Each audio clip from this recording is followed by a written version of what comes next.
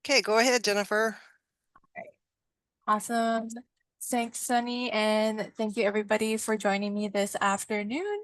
Um, Let me see here. I will see if share screen works and bring my presentation up today. Let's see. So, I am going to be talking about my experience with the PLIX program and just introduce some of the resources available to libraries that they have. So a quick overview, we'll be covering PLIX and creative STEAM learning. We'll talk about some facilitation techniques and the PLIX Creative Learning Ambassador Program, which I was a part of in the last year. We'll also talk about the endemic or native Hawaiian avian escape room that I did in conjunction with that program. And we also hopefully have time for a quick Q&A. So starting with PLIX, the first thing is PLIX is the MIT Public Library Innovation Exchange, which develops creative STEAM learning experiences based on MIT research and designed for the public library setting, but can also work in academic and school library spaces as well. Just as an aside, if you're not familiar with the term, STEAM stands for science, technology, engineering, art, and mathematics. PLIX is a collaboration, LaLima, between public libraries and the Massachusetts Institute of Technology, better known as MIT. Currently, their network includes 1,400 staff from public libraries in all 50 states and 40 different countries as well. And what PLIX does, PLIX primarily works in 4 areas. They co-design and play test what will be PLIX STEAM activities, which they have available on their website. They also have a PLIX forum, a community of practice where users can interact and share with each other. And they also provide in-person and online workshops and professional development. So this is a brief history of PLIX. In 2017, PLIX was born at the MIT Media Lab in the Digital Learning and Collaboration Studio using creative learning pedagogy from the Lifelong Kindergarten Group. I'm going to jump down to 2020 where PLIX first launched their creative learning workshops. The first one was at Akron Public Library, funded by the Knight Foundation, and they also ran their first online creative learning workshops through IMLS grants. In 2021, this was the launch of their first cohort of PLIX Creative Learning Ambassadors. And in 2024, PLIX moved to the PK through 12 at MIT Open Learning section. My experience with PLIX goes back to April 2021 when our staff development coordinator shared about an online workshop. I didn't participate at the time, but I signed up for the PLIX online newsletter. And in fall 2022, I saw a colleague in Lihue, Kauai list a program on our library systems website calendar mentioning PLIX. And so I emailed her about her program and learned a little bit more.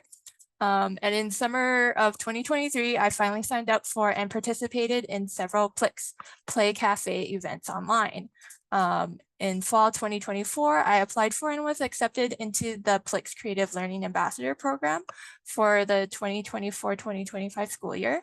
And finally, in March 2025, Kapolei Public Library hosted an MIT PLIX intern who helped develop and run our PLIX escape room, but more on that later. And I think I realized I forgot to mention in my intro, I am a public librarian, youth services librarian at the Kapolei Public Library. And then I'm currently temporarily assigned to the branch manager position at Wahiawa Public Library. Come check us out at the Wahiawa Shopping Center. We're a pop-up right now while the new library is being built. But here are some facilitation techniques that I learned via PLIX. And so one of the main principles PLIX utilizes are the 4 Ps of creative learning.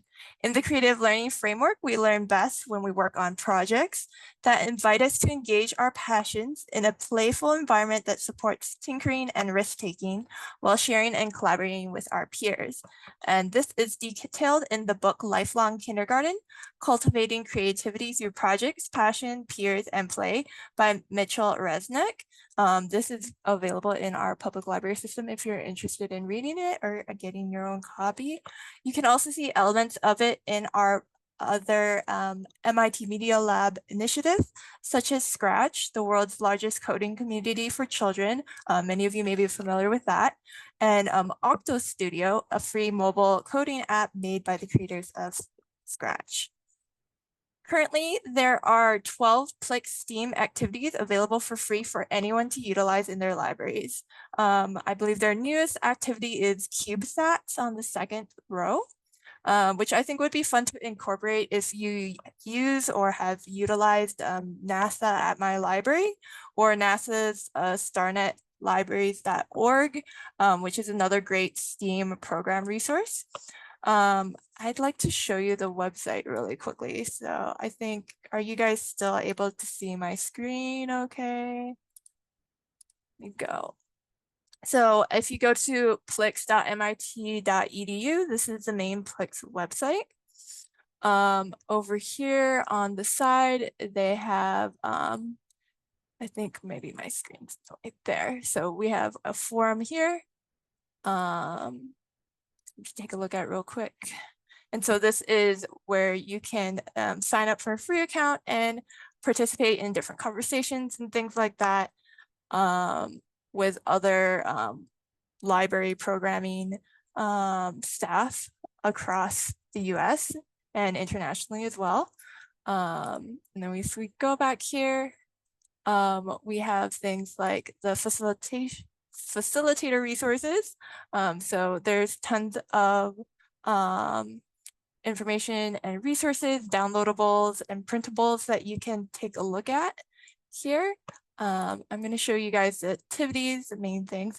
The cool thing is they're all broken down. They have recommended ages, the estimated time, how many, ideally how many participants, the activity works best for, the types of materials or things like that. I'm going to go to inflatables as a sample. Let's see, do you guys see this on the side here, or is that, maybe I'll try and hide this. All right, that might be better.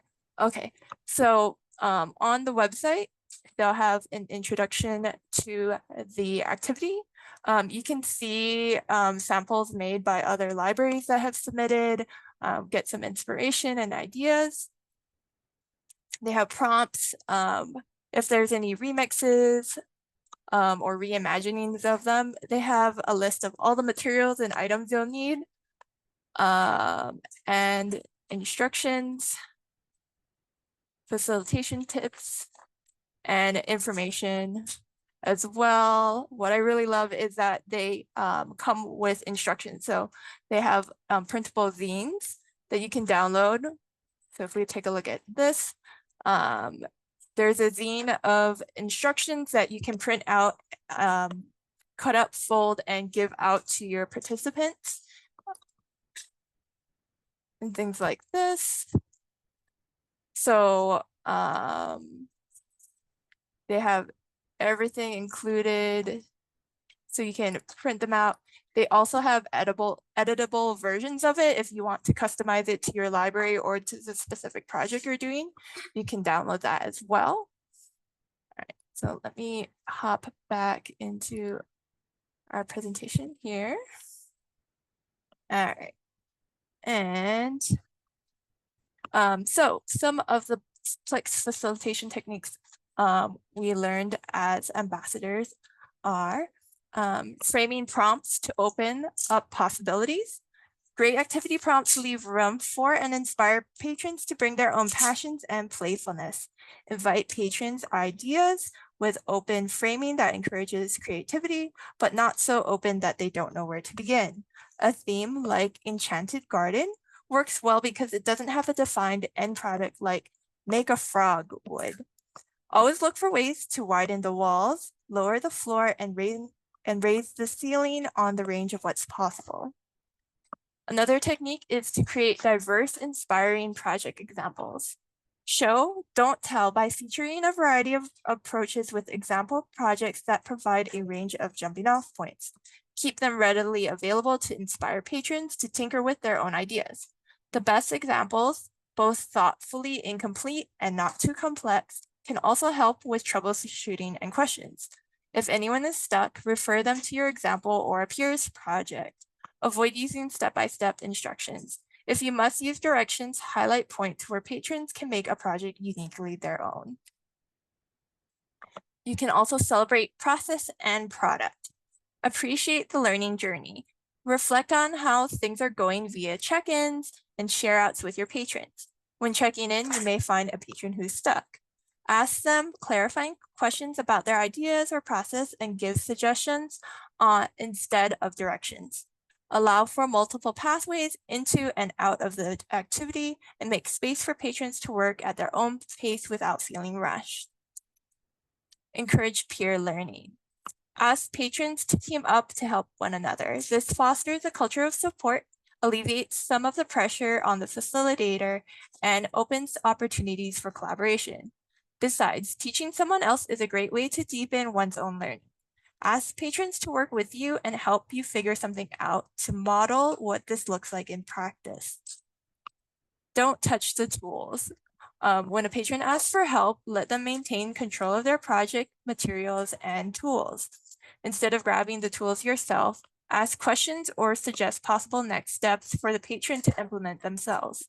If you do need to get your hands on their project to explain something, make sure to have the patron try that step again on their own. They also suggest to use accessible language. Welcome your patrons with easy, approachable word choices. Essential technical terms can be introduced gently, related to a familiar real-world context, and have relevant resources readily available for curious patrons who want to dive deeper. Model curiosity and confidence. Learn alongside your learners. Once your patrons are up and running, take a stab at the activity yourself. That way you will model curiosity and also invite patrons to give their input. Ask questions out loud if you have them. Follow your patrons' lead. Show that you have weak spots too, but they don't get in your way. Embrace your mistakes. Creative learning can be messy. When something doesn't turn out right, take it in stride. And lastly, give yourself time to grow. Remember, facilitation is a practice. By becoming a creative learning facilitator will be a continuous process of trying, reflecting, and iterating. Don't stress about being good at it right away, and try to spend at least 10 minutes of self-reflection after each workshop you facilitate. And then just to reiterate what was touched on in the first facilitation technique we covered, think about the creative learning idea space when facilitating STEAM programs. Let's try to make sure that we have these three elements. Low floors make it easy to get started. High ceilings allow space for growth and challenges skilled learners. And wide walls offer multiple pathways from floor to ceiling, inviting learners to bring in their personal interests. As an example of this, in February of this year, I facilitated a PLIX paper circuits program for teens. Our theme was making Valentine's Day cards, but at the very basic, it was just making a greeting card. So they could choose to make any type of greeting card they wanted. We had many different types of samples. So as you see on the bottom, the two in the center are the most simple and accessible using paper punch shapes. The cat on the right side was just drawn, inviting the idea that creative teams could draw whatever design they wanted. And on the left, there's a Pikachu that had a more complex circuit so that the corner didn't need to be folded. And so you can also see we had also like some drawing prompt books there at the bottom that people could use also and utilize. The card on the side over here, we actually had an elementary school participant. So she still did pretty well, and she was kind of inspired by the Pokemon card, but she made hers an Eevee, and she used the more simpler technique where you fold the corner to complete the circuit and light up the LED bulb. And then this is a sample of some of the cards that the teens made.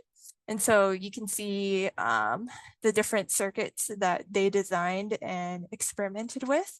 Some of them did the simpler one where you just fold the side of the card over with the clip to complete the circuit, and the other people didn't want to fold their card at all, so they kind of worked on a more complex version. And then another technique PLIX encourages us to use is the creative learning spiral. So it starts at the center, like to imagine, create, and then moves to play and experimenting, sharing what you learned or sharing your program, reflecting on how your program went, and going back to imagine and continuing onwards. Learning happens in reflection, so be sure to make time to reflect together on what you notice and wonder, and sharing sparks inspiration and collaboration. Another thing that PLIX is a strong supporter of is the remixing or reimagining of their developed activities. We don't have time to cover these today, but they are available on the PLIX website if you want to read and learn more about them. So a few that they have here are passive programming, take and make kits, locally relevant remixes, multi-session plans, reimagine, and reuse or reuse, and games over garbage. All right. And so types of sample projects. Again, low floor examples support and invite diverse learners into an activity. They help set expectations and are often simple. Some of those expectations could include inviting learners to bring in their own passions, showing off playful or risk-taking experimentation, or how inspiration from other peers can help foster your own ideas. Let's see. A proof of concept examples are bare bones types of examples that focus more on how something works rather than appearances or aesthetics.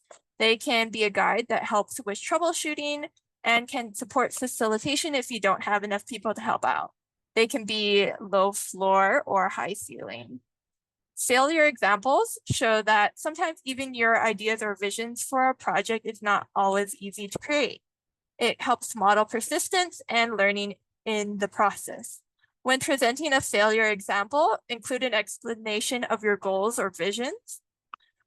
This type of example can be a support for learners who are also struggling to envision their own ideas, or a low floor example could model difficulties with functions or aesthetics, or even a launching point for high ceiling learners who might want more of a challenge. Personally meaningful examples help model how you, the facilitator, bring yourself into the activity. It invites learners to incorporate their own passions and interests. It's also a great example that reduces the likelihood of learners who are new to creative learning and may want to just copy your example. High ceiling examples can quickly overwhelm learners new to the activity. Learners might feel frustrated if they don't have the skills needed to create this example, or might want to create the same thing because they really like it. It's recommended to hide these types of examples and bring them out to show learners who can handle more of a challenge. Remember that having a variety of high ceiling examples can also foster a variety of interests. And then tool-based samples demonstrate the power of using more advanced tools. This could look like an example that shows more precision by using X-Acto knives, or precision and repeatability like using a laser cutter. Tool-based examples could invite learners' curiosity to learn how to use the tool and supports building higher ceiling STEM skills. But when presented without access to these tools, they can be a source of frustration because it can be too difficult to recreate the example without the tool.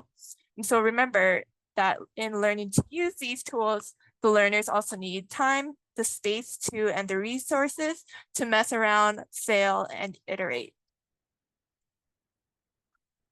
PLIX also has a self-guided email course that's designed for anyone interested in creative STEM programming. There's no technical expertise required or expected. In the sessions, they combine practice and theory for facilitating creative learning and gives you all the tools you need. You can sign up to receive the sessions asynchronously over a course of 4 or 2 weeks, but you can complete them at your own pace. And so other ways you can get involved, usually there are monthly activity workshops online that you can register for. You can apply for the annual ambassador program that usually comes out in fall. Collaborate in person, professional development workshops. These are usually on the continent, but you can also subscribe to their monthly newsletter just to stay on top of all the things that they're doing and planning. And so next week, they actually do have an online workshop you can still register for. It is at 7 a.m. Hawaii time, but it sounds pretty interesting. They're going to be doing things with like AI concepts and things like that. So it sounds kind of interesting if you're like to sign up and try it out. And then I am going to talk briefly about the ambassador program. And so growing your STEAM confidence, it's cozy and connected via online virtual meetings with a small cohort of public library programming staff, hosted and facilitated by PLIX staff members. By playing and creating together and celebrating a diversity of perspectives and experiences, they have digestible learning content, notebooks, cards, and other resources available, and members document, share, and reflect on PLIX activities they run at their libraries. And currently the 2025-2026 cohort has been selected, but again, be sure to keep an eye out. Next fall is usually, or fall is usually when they have the application out where you can apply for this. And so while the current ambassador program may be a little bit different, but during my cohort, we had a virtual meetings about twice a month. And yes, it ended up being around 6 a.m. or 7 a.m. since I'm in Hawaii, but it was such a cool experience to learn with and meet other librarians and library staff like nationwide.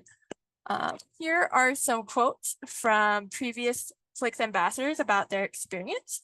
For myself, as someone who comes from a studio art background, completely opposite of STEM, being involved with PLIX helped me to reframe the idea of leading a STEM program as an instructor or teacher, being like, oh, I don't know science, I don't know math, I can't do this kind of thing. But just viewing myself instead as a facilitator or a guide, and the facilitation resources and training has helped give me the confidence I needed to try and provide these types of programming to the kids and teens in my library's community. Another thing I learned is to never be afraid to take your chance when the opportunity arises.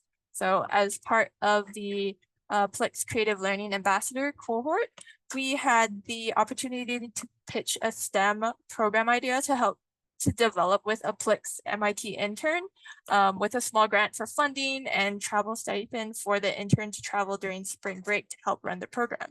And so at first I wasn't gonna apply because I figured we wouldn't get chosen because they picked someone on the continent, since it'd be more expensive to send somebody all the way to Hawaii. But I'm glad I took the shot, and it was an amazing, incredible experience.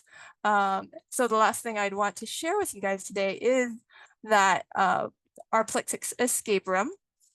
As I mentioned, we were honored to be selected as one of the PLIX creative learning internship sites, and We had biological engineering and business management major, Jessica Zhang, collaborate with us from MIT. And I also must give a huge amount of credit to my partner in librarianship, Keely Ida, the other youth services librarian at my branch at Kapolei.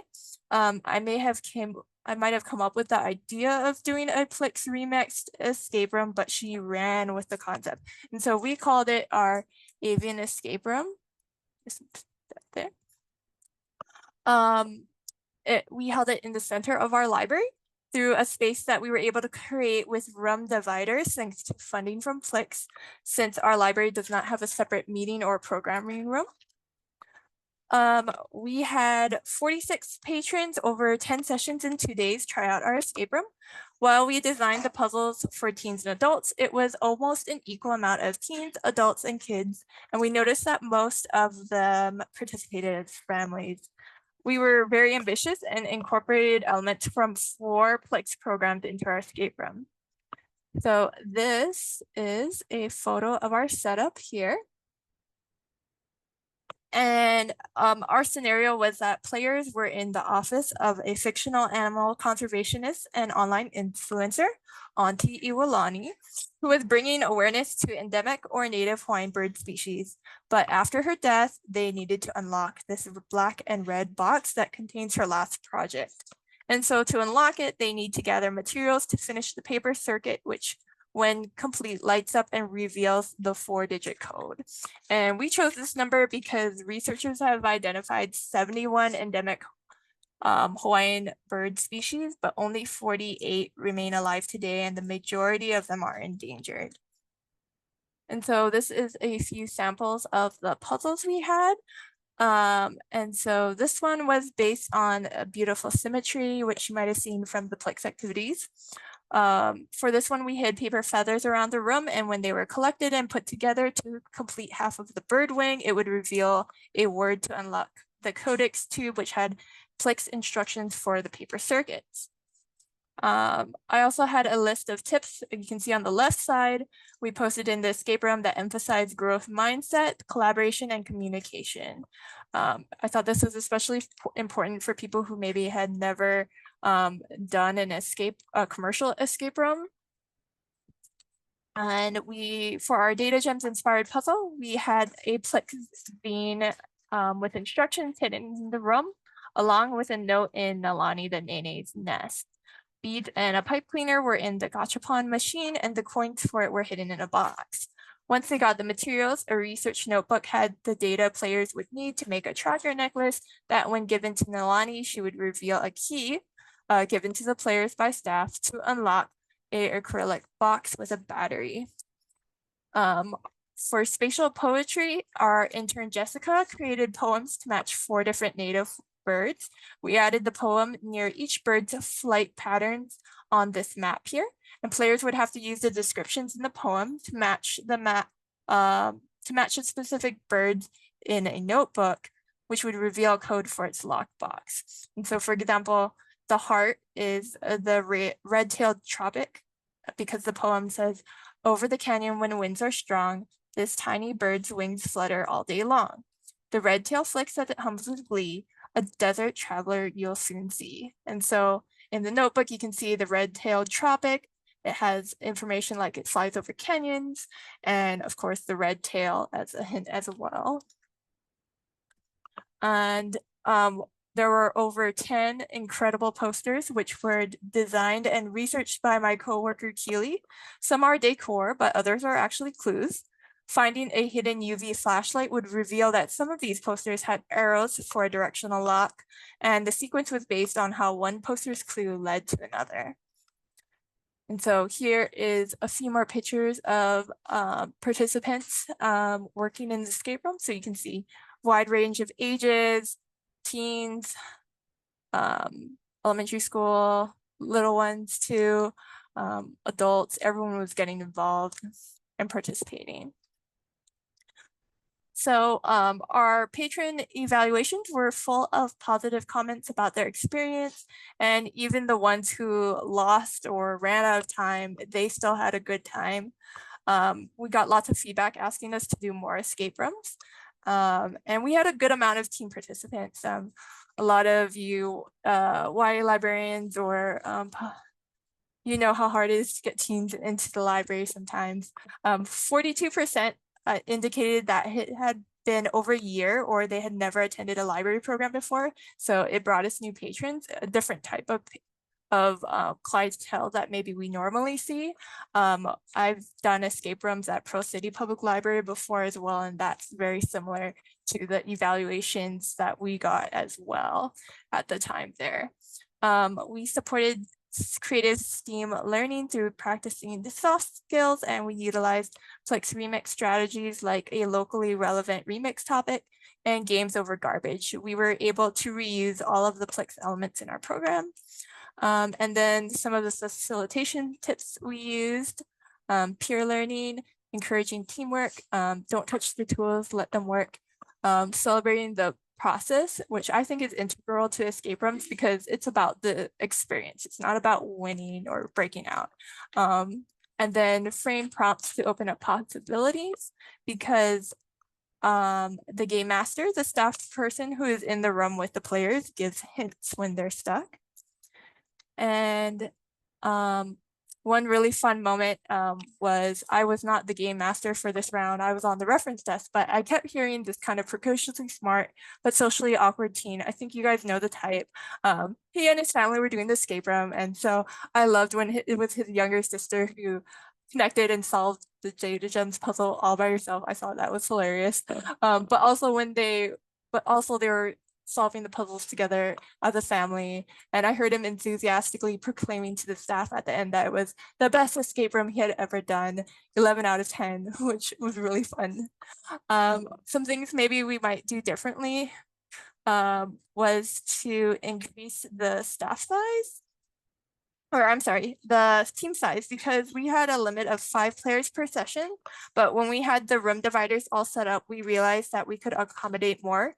So increasing the team size to 8 max or 10 would allow us to decrease the amount of sessions and staff time to run, but still accommodate a similar amount of people. And so what we would usually do is we would tell people that smaller team sizes, when they register, smaller teams might be combined. So if somebody signed up with like a family of 4, or maybe, and we had a max team size of 6 in each time slot, then we'd let them know when they register, oh, if you don't bring like 6 players with you to register, then you might get combined with a smaller group, or smaller groups might be combined if they signed up for the same time slot.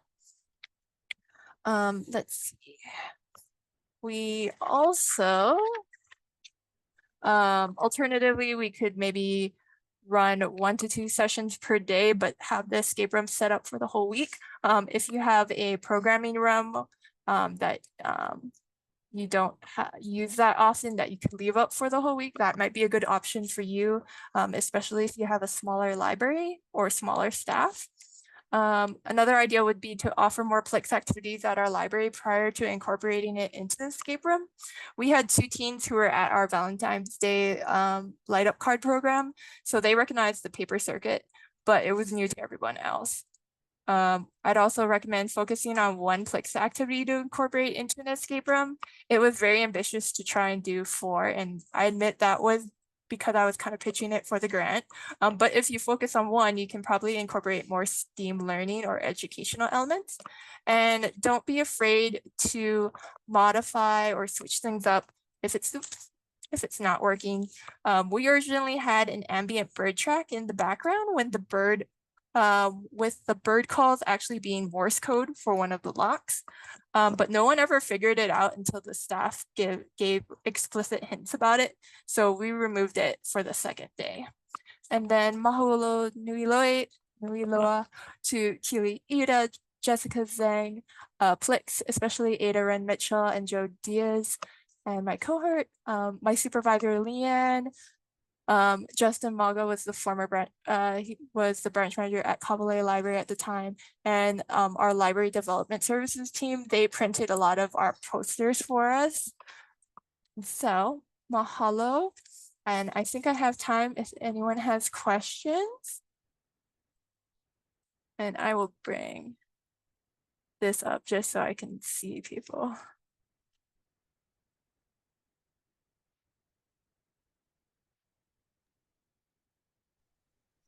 Yes, feel free to unmute yourselves or put something in chat. Oops. Yeah, and I also have my email here. I realized I was sharing like my full screen, so I'm wondering if it's actually going to have the window here with all of the stuff in the video. So sorry if you're watching the recording later. Actually, on my end, it looked really great. Okay, So good. I didn't see a lot of side stuff. Okay, very good. Do That I hear means I some? can probably pop this out Okay. somehow if I can bring back the. Do you think I stop share? If I stop share, does that work? Will still be recording. Okay, I can see chat again. Cool. Okay. All right. Yeah, if anyone has any questions, or I'm kind of curious, like, have you ever run STEAM programs in your library? Or if you've used PLIX resources before?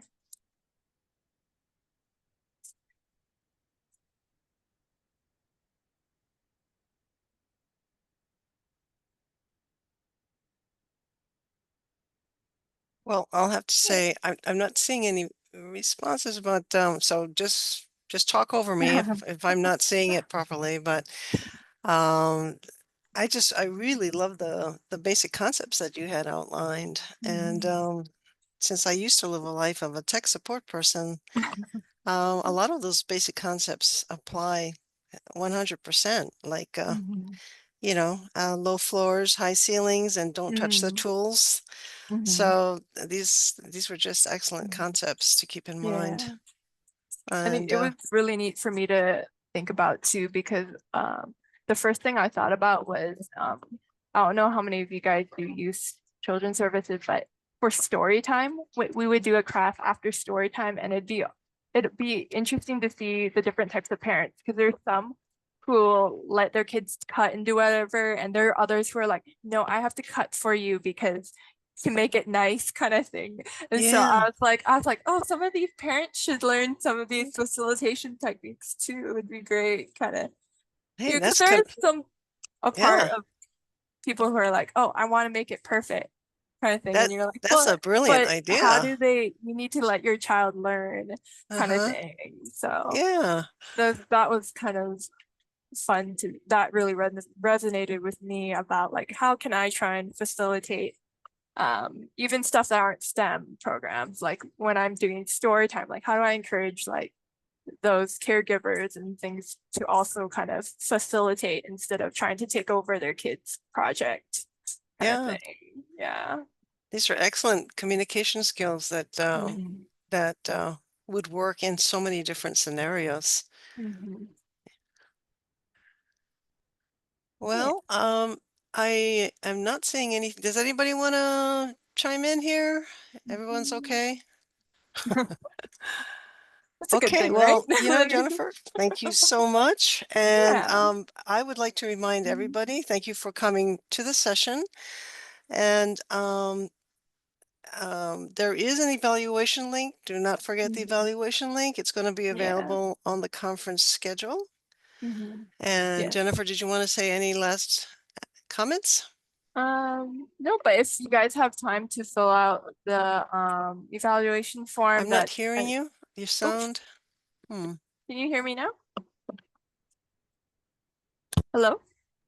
Yes, I can hear Well, you. Oh, cool. okay. All But right. yeah, if you can fill out the evaluation form, I'd love to see what you thought, and definitely check out PLIX and their different activities and things and utilize them in your library and tell your colleagues about it too. I think it's an amazing resource that more people should know about, and it'd be cool to have more librarians from Hawaii participating in it too.